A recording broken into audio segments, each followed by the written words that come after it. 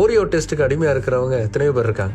அது வெறும் பிஸ்கெட்டாக சாப்பிட்றத விட வெவ்வேறு வெரைட்டியில் ஓரியோ சாப்பிட்டுட்டு இருக்காங்க. ஓரியோ பஜ்ஜி.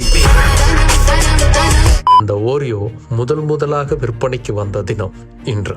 அமெரிக்காவில் இருக்கக்கூடிய நேஷனல் பிஸ்கெட் கம்பெனின்னு அழைக்கப்படக்கூடிய நாபிஸ்கோ கம்பெனி தான் முதல்ல ஓரியோ அப்படிங்கிற பிஸ்கெட்டை அறிமுகப்படுத்தினாங்க. 1912 மார்ச் மாதம் 6 அறிமுகப்படுத்தப்பட்ட இந்த ஓரியோ பிஸ்கெட் ஆரம்பத்தில் டின்ல தான் விற்பனைக்கு வந்துச்சு. 1/2 கிலோ ஓரியோ பிஸ்கெட் அப்போ 25 சென்ட் தான். இதுக்கே ஓரியோங்கிற பேரை வச்சாங்கன்னு யாருக்குமே சரியா தெரியல. பிரெஞ்சில் தங்கத்தை ஓரியோன்னு சொல்லுவாங்க. அதனால தான் அதோடைய பேக்கிங்கில் கூட தங்க எழுத்துல அது எழுதியிருக்கு அப்படின்னு சொல்லுவாங்க.